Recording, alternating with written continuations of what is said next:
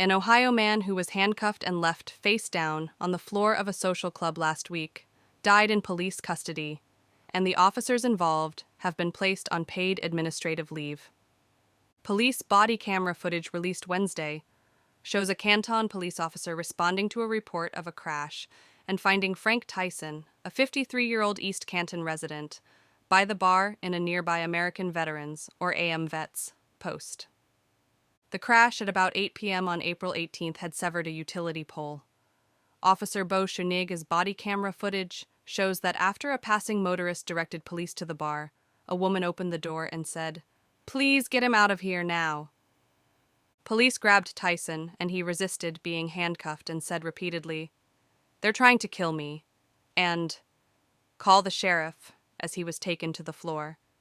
They restrained him, including with a knee on his back, and he immediately told officers he could not breathe. A recent Associated Press investigation found those words, "I can't breathe," had been disregarded in other cases of deaths in police custody. Officers told Tyson he was fine, to calm down and to stop fighting as he was face down with his legs crossed on the carpeted floor. Police were joking with bystanders and leafing through Tyson's wallet before realizing he was in a medical crisis. 5 minutes after the body camera footage recorded Tyson saying, "I can't breathe," one officer asked another if Tyson had calmed down. The other replied, "He might be out."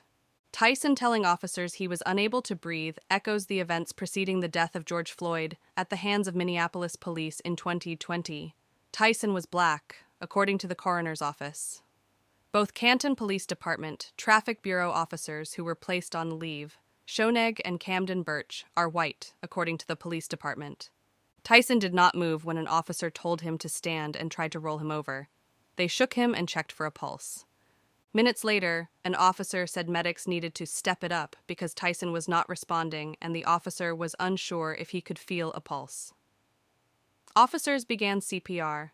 The Canton police report about Tyson's death that was issued Friday said that shortly after securing him, officers recognized that Tyson had become unresponsive and that CPR was performed. Doses of Narcan were also administered before medics arrived.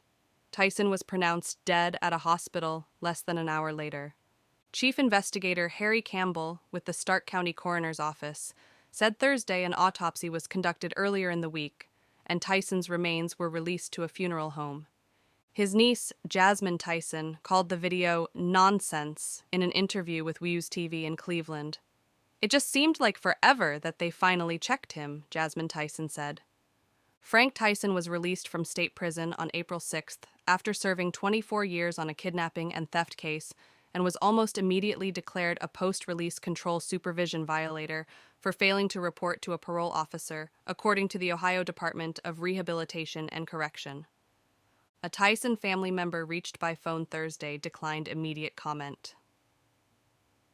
The Ohio Attorney General's Bureau of Criminal Investigation said in a statement Thursday that its probe will not determine if force was justified, and that the prosecuting attorney or a grand jury will decide if charges related to the use of force are warranted. Canton Mayor William V. Scherer II said he expressed his condolences to Frank Tyson's family in person. "As we make it through this challenging time, my goal is to be as transparent with the community as possible," Scherer said in a statement released Wednesday.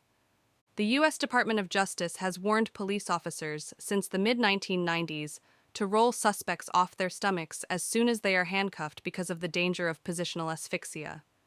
Many policing experts agree that someone can stop breathing if pinned on their chest for too long, or with too much weight because it can compress the lungs and put stress on the heart.